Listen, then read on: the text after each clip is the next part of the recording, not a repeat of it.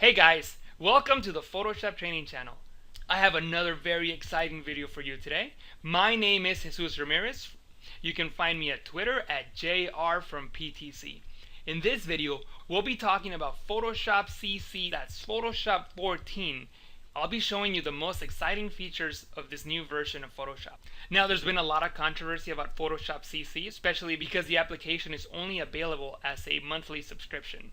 But I'm not really going to get into that too much. Some people like it, some people don't. I'm just here to show you the new features and how they work and how you can take advantage of them if you have access to Photoshop CC. Anyway guys, let's get started with the video.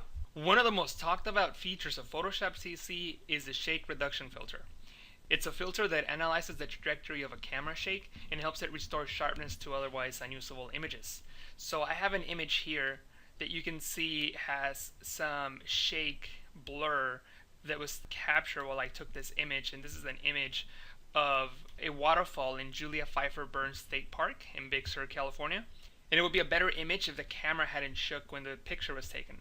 So what we're going to do is we're going to use this new filter to try to salvage this image. So the first thing I'm going to do is I'm going to create a smart object out of this layer here. Now keep in mind, you don't have to use a smart object to use this filter, but I prefer to do so, so I work non-destructively, and I recommend you do the same. After you convert the image into a smart object, go into Filter, Sharpen, Shake Reduction. Okay, and in this new window, you'll see the Shake Reduction options panel, and make sure that you turn on Advanced, just so you can see the same thing I'm seeing. If you don't see the square here, is because you have the advanced option disabled. So turn that on. The first option in the blur trace settings is the blur trace bounds, which specifies the size of the blur trace boundaries. Works very well at 30 pixels. You can play around with it and change it if you want to. It might make a difference in your image, but I found with the images that I've worked on, 30 pixels works okay. And for source noise, auto seems to work pretty well for me, at least with the images I've tried so far. Smoothing, if you bring it all the way to the left, the images will get much sharper, and I'll zoom in so you can see. The images get sharper, but it creates more noise. If I move smoothing all the way to the right, the images get much smoother, but you lose a lot of detail. So you have to find a balance between the smoothing. So, you know, somewhere about 30% or so seems to work fine, at least for this image. And same thing goes for artifact suppression. You have to find the right balance between the image and see how the artifacts are going to get suppressed in the image. So for example, if I bring it here, there's some artifacts you can see here. If I want to get rid of those, I might go too far, but then the image becomes blurry again. So again, you have to find the balance for that. I moved these around a bit. I'm just going to hold Alt on my keyboard to change the cancel button into a reset button. That's Alt on the PC, Option on the Mac. I'm going to click on Reset just to reset my settings to default settings. The default settings were actually pretty good for my particular image. I'm going to go ahead and zoom back out. Now, this estimation region box here, you can click and drag it around, place it in the point of interest of your image. So in this case, I would like the waterfall to be the point of interest, and you can make this bigger if you want to. That way, the thing that's most important in the image to you is where the data is being gathered to fix the blur. So I'm choosing the waterfall. If this were a picture where we had maybe people, maybe had a face here and another face here, you can create a new region just simply by clicking and dragging on another side of the image, and you can see how now we have two estimation regions, and you can create more if you want to. So maybe I want to have these trees up here and be another point of interest. So I can have these two, and what that does is it just helps Photoshop know what are the important areas of the image to try to get the best results in those specific areas. Also, these are the masks that show the blur trace. Essentially, that's how my hand was moving when I took the image. So if I click on the expand blur trace icon here, you can see that this is the motion that my hand was doing as the image was taken, and actually is the same here. For this particular image, I really don't need two of these, so I'm just going to delete one. I just wanted to show you that feature in case it was useful for your image. The only thing left to do in this image is maybe zoom in a bit so we could see some better details, and maybe work on the smoothing a bit, maybe bring it down a bit to get a little bit more of a sharper image. Press P on your keyboard to turn off the preview, and you can see the before and after. So that's before, and this is after. I'll zoom in a bit more so you can get a better sense of what it's actually doing in this area here. So again, pressing P is the same thing as clicking on this checkbox here. So I'm going to press P, so that's after, and this is before. So as you can see, the image is very blurry, and you can kind of see the motion that my hand had when the image was taken. If I press P once again, you'll see that everything sort of gets snapped back into place, and the image looks much, much sharper. So this tool is pretty amazing. You can really salvage some images that otherwise would be unusable. When you're done, press OK, and the changes will obviously be applied to your image. And since we applied a smart filter, we can always come back, double click on the word shake reduction to bring the options again and make changes if need be. I'm going to press cancel on that. You can also double click on this icon here, which will allow you to change the opacity and blending mode of the filter. So maybe you just want to apply the same effect to it, but maybe reduce the opacity so that the filter is not so sharp. You can do that if you want to. You can also apply the filter as a blending mode if you'd like. One other thing I want to show you is with the shake reduction tool, you can set the blur direction manually by using this tool. So you can just click and drag on this tool to set the angle of the blur trace direction. I find it a little hard to use. This estimation region is enabled, so I'm just going to uncheck it just so the only data that it's gathering is from this image here. I'm going to click on preview, or you can press P so we can see what that does. So as you can see, you can click and drag to see the trace direction. You can also click and drag closer to the other point to change the trace length. And as you can see, this is a little bit harder to use in the auto feature. So I wouldn't recommend using it just because it's really difficult to use. But you can create a great effect with this tool. Maybe you're going for some weird effect with your image. Maybe it'll be useful for that. But as far as reducing the camera shake, I really wouldn't recommend it unless you really know the angle and the length of your shake, which most people don't, and I don't see why you would. So I wouldn't use it, but feel free to use it if you like. So I'm just going to use the regular auto motion detection. So I'm just going to delete this estimation region. I'm just going to cancel that since I didn't really make any changes. And that's a new shake reduction filter in Photoshop CC. One of the most exciting features in Adobe Photoshop CC is the ability to use Camera Raw as a filter. Camera Raw is a powerful image processing engine that is very popular among photographers. Camera Raw provides photographic controls like temperature, highlights, shadows, and clarity. In Photoshop CC, you can use Camera Raw as a filter with any layer, including video. So let me show you how that works. I've opened up this image of some buildings in downtown Oakland, California. I'm going to right click on the layer, select Convert to Smart Object, because I always like working non-destructively, and I suggest you do the same. Then I'm going to go into Filter, Camera Raw Filter.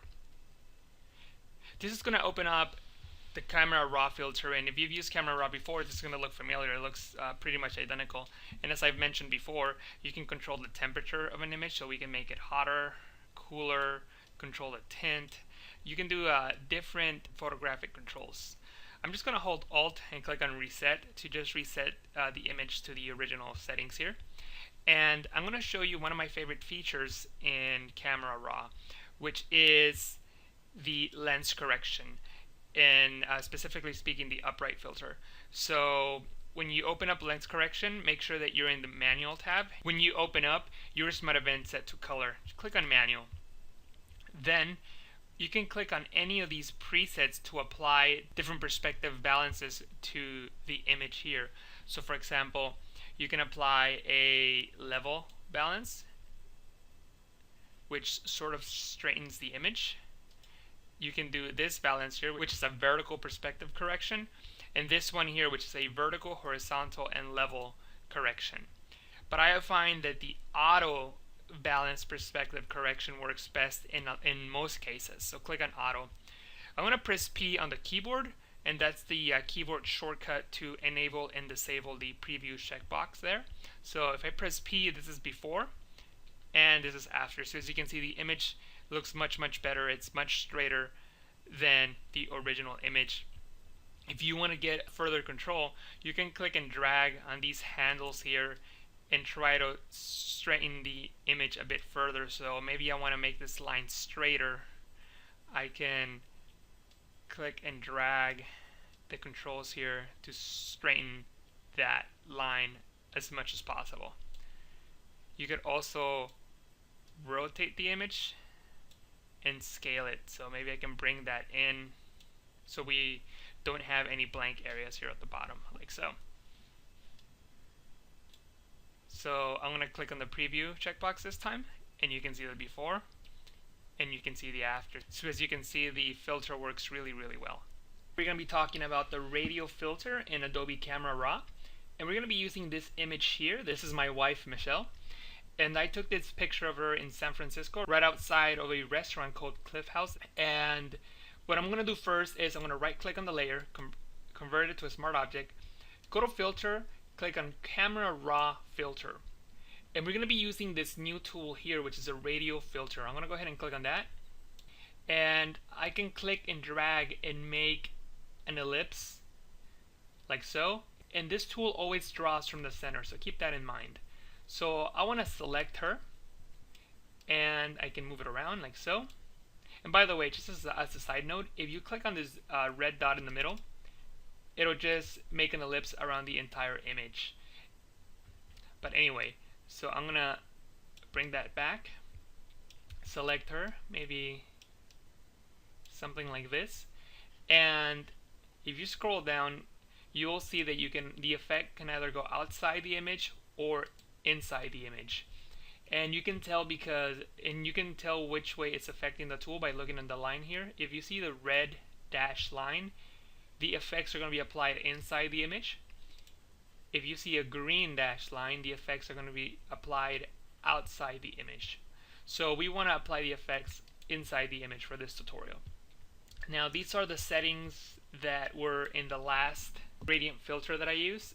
So Camera Raw remembers your previous settings, so I want different settings for this particular image. So what I'm going to do is I'm just going to increase the exposure to brighten her up. So essentially what I want to do is I want to brighten the sun behind her, and I can maybe add a little bit of contrast and maybe reduce the highlights just a little bit so it's not overblown, maybe somewhere around here. And I'll leave the other settings as they are. They're not really that important. I just want to show you how this tool works. So once I do that, I can press OK, and you can see the enhancement that it made behind her. So I can turn that off and turn it back on. So I can do a before and after, so you can see the difference. And it only affects this side to the left. And since we're using a smart filter and Camera Raw, the changes are non-destructive. So I can double click on the name, come back, click on the radio filter, and I can click on this dot here to bring that back. Another thing we can do with this is create vignettes. So I can double click on the dot here to make the ellipse go around the entire image. This time I want the effects to be applied to the outside of the image, and I'm going to decrease the exposure to darken up the outside, creating this vignette effect. I can play around with some of the settings to create this vignette. Obviously it's not going to look so good because I have the bright sun in the top left, but that's okay. And you create this vignette effect using Camera Raw. In Photoshop CC, Camera Raw's retouching tools have been improved as well. So let me show you how they work. I have this image here of the Golden Gate, and I'm just going to right click on this layer and convert it into a smart object, and then I'm going to go into Filter, Camera Raw. This time we're going to select the spot removal tool. You can click on this icon here or press B on your keyboard, And you can get this tool here, and you can see the circle there. This is my brush. I can click anywhere on this image, and Photoshop will find a source to clone from or copy from to remove what I've clicked on. In that case, that red ball there that was distracting in this image. If you press V on your keyboard, you can hide the tools so you can see the results. If you press P on your keyboard, you'll see the before. Press P again to see the after. I'm going to press V once again to bring those tools back. Now you're probably thinking, well, why would you do that in Camera Raw? You could probably use a couple layers in Photoshop and use the healing brush tool or the clone stamp tool or something like that to get rid of that image. And you're right, you could do that in Photoshop. But the advantage of using Camera Raw is that Camera Raw works non-destructively. So any changes that you make in Camera Raw, they are not applied to the image. They're saved separately. So it's a more extreme way of working non-destructively. So now that you saw how you can just click on something and remove it, I'll show you the new feature in Photoshop CC. In Photoshop CC, you can actually click and drag to select something to delete, like so. And you can click and drag to find a better area if you like. So maybe I can just bring that down just a little bit and select that area, and I think that looks good. I'm going to press V on the keyboard, and yeah, I think it's looking pretty good. You can also increase or decrease the size of your brush by clicking on the bracket keys, just like you would do with any other brush in Photoshop, or you can click and drag the slider here. So I'm going to make this brush a little bit smaller, and I'm going to click and drag on this area here. And we're just doing this to remove these distracting elements in the photo, just so the Golden Gate Bridge is the primary focus and not these elements. So I can click and drag this image again, maybe bring that down just so we can get some of that texture of the water to keep it the same. Everything is looking pretty good. If I press V on the keyboard once again, keep in mind this is, since you're working non-destructively, you can click on these icons here and bring those back so you can maybe move them to a different area and sample from a different area. Or you can click on them and press delete, and it will get rid of that adjustment. So I'm going to go ahead and bring that one back, and if you place it here to keep the same texture. I'll press V once again. When you're done, just press OK. And like always, you can use a filter mask to mask out some of the elements, so I can bring that back if I wanted to. Or you can double click on Camera Raw filter and click on the spot removal tool, and these icons here represent the changes that you've made. So you can click on those and make any adjustments as you see fit. And those are some of the retouching improvements in Camera Raw in Photoshop CC. In this video, we're going to talk about the enhancements or the Shapes Properties panel in Photoshop CC. In this composition, we have 3 text layers, 4 shape layers, and a regular pixel layer. We're going to be working with the shape layers in this example. And make sure that you've selected the Path Selection tool by pressing A or clicking on the Tools panel here. Then I'm going to click on this blue shape layer, and I'm going to open up the Properties panel by clicking on this icon here. And if you don't see that, you can always go to Window and make sure that Properties has a check next to it. From this Properties panel, we can make some adjustments that we could not do before, like creating curve corners. So I can click and drag this corner here to the right and create a curve out of those corners. I can even make a perfect circle. You can also unlink the corner radius values, so you can adjust them separately. So I can click and drag and make one more curved than the other. Maybe I can do this one too, like so. And maybe this one will be just a sharp corner. Another enhancement in Photoshop CC is that you can increase the height of the shape layers without distorting it. So I can click and drag and make it taller. I can also make it wider. I'm going to press Ctrl-Alt-Z, Command-Option-C to undo those. If I wanted to apply the same values to the other shapes, I can simply copy these numbers here, select the other 2 shapes by clicking on them and holding Shift, and then paste those numbers here. and then pressing enter. And as you can see, Photoshop goes ahead and gives the other shapes the same value as the original one. I'm going to go ahead and bring the properties back. And I'm going to go ahead and select all these shape layers, and I'm going to add a stroke to these so you can see how that works. I'm going to add this stroke here, and I can add strokes to multiple paths at the same time, as you see here. Another feature in Photoshop CC is when you're working with these path layers, it's sort of difficult to select the ones that you really want. Sometimes you have to come into the side here, and if you accidentally click on something else, then you have problems clicking on what you really want. So an advantage in Photoshop CC is that you can double click on any shape layer and it will solo it. It will isolate it so the other layers are hidden and you can't accidentally click on them or do anything else. So yeah, I can just, they're gone. I can't click on, if I click anywhere else, nothing happens. I can only click on that same layer. To bring the other layers back, you can simply click on this icon here and it will show you all the layers and you can select them. If you want to isolate another shape layer, simply double click on it and click on this icon to bring them back. Another enhancement in Photoshop CC is the ability to isolate layers, to solo them. And let me show you how that works. You might be working on a composition like this one here, which is my alien egg tutorial. And as you can see, there's a lot of layers here. But if I only wanted to work on one specific layer without all the other layers distracting me, I can simply select a particular layer, then go to the select menu and click on isolate layers. So now I only have this layer to work with and I don't have any of the other layers distracting me. If I want to go back and see the other layers, I can click on this icon here, just like you can with shape layers. I could also select multiple layers, like these here. I can click on this icon, and as you can see from the drop down, the selected option is what is selected. So you can just isolate the layers that you want to work with. And that's another nice little enhancement in Photoshop CC.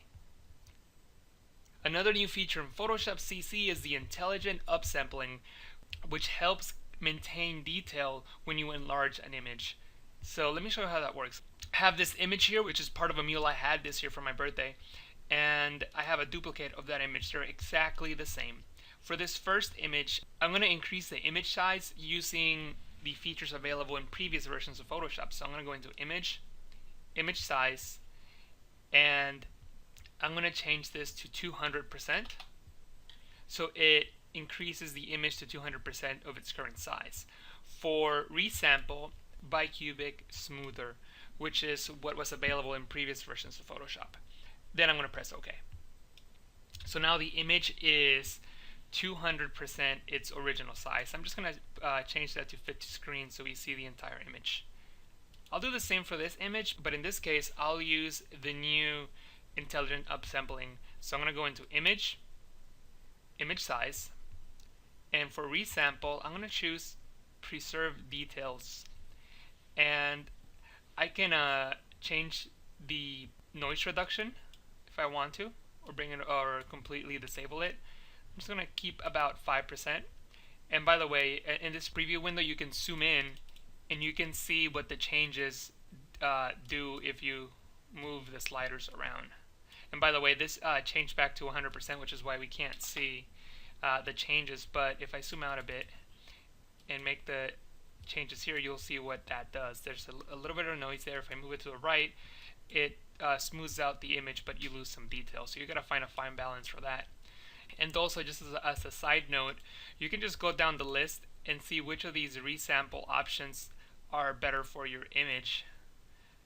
But Photoshop has gone ahead and labeled which were best for what purposes. So enlargement, these two, reduction, smooth gradients, hard edges. So I'm going to click on Preserve Details, and reduce noise is fine at 6. A low number usually works okay. And then I'm going to press OK. This image now is also the same size as this image here. So what I'm going to do is I'm going to press V on my keyboard to select the Move tool. I'm going to click and drag it to the next tab, hold Shift so it places the image right in the center. So now both of the images are laying one on top of another, and we can compare. So I'm going to zoom in, I can show you the before and after. So this is before. This is the image without the new intelligent upsampling, and this is the image with it. So as you can see, it has a little more detail around the edges and highlights, and it doesn't look as blurry as the second image. It's not a huge difference, but it's significant enough that I thought it was worth mentioning. So next time you increase an image, you won't lose as much sharpness as you did in the past. There's also been some notable feature enhancements in 3D in Photoshop CC. One of my favorites is the live paint feature, and I'll show you how that works. I'm going to create a new mesh, and I'll do a new mesh from a preset, and we'll use the wine bottle as our preset. And Photoshop is going to auto-generate this wine bottle here, and I'm going to just click on the infinite light, and I'm just going to move the light just so I can get a better look of what's going on. Maybe I'll move the camera a bit too. Maybe this is a good spot here. Then I'm going to click on the wine bottle mesh. I'm going to click on the label material, and in the diffuse option I'm going to edit the texture. This is going to open up a new tab that shows the texture of that of that label. If I paint on the label with this blue color here and come back into my wine bottle, you'll see the changes here. This is how it worked in Photoshop CS6, but in CC I can go into Window, Arrange, 2 up vertical, and I can see a live paint preview. So anything I paint on the mesh, I can automatically see in the bottle. I could also paint in the bottle and see the same preview on the mesh. If I click on the move tool, rotate my bottle, I can select the brush tool again. I can keep painting and seeing the result. You don't see the result because it painted here, but if I zoom out and continue painting, you'll see the live paint preview. So it works both ways. You can paint on the bottle and see the changes in the mesh, or you can paint on the mesh and see the changes on the bottle. This is a really awesome feature if you like working with 3D in Photoshop. Another enhancement in Photoshop 3D is the unlit feature. This gives an object the ability to ignore properties that could be distracting to you, such as bump maps, lights, and things of that nature. I'll show you how that works. I'm going to click on the move tool, and I'm going to click on scene, and in surface my style is going to be unlit texture. So as you can see, now my object and actually I'll close this so you can see that better, and I won't save it. So as you can see, my object is disregarding any of the lighting properties. If it had a bump map or any other texture map applied to it, it would disregard it. This is not a huge improvement, but it can be helpful when working in 3D. And that's it for this video. I hope that you enjoyed watching the new features in Adobe Photoshop CC. Let me know what you think about Adobe Photoshop CC in the comments down below. If you have any questions, you can leave them below as well, or you can head over to my Facebook, Twitter, or Google Plus page and leave them there if you like. If you like this video, don't forget to click on the like button and share it with your friends. And of course, don't forget to head over to my website, photoshoptrainingchannel.com, where you can subscribe to my newsletter on the right hand side, where I will send you an email every time I put up a new tutorial. Once again, thank you for watching, and I will talk to you guys next time.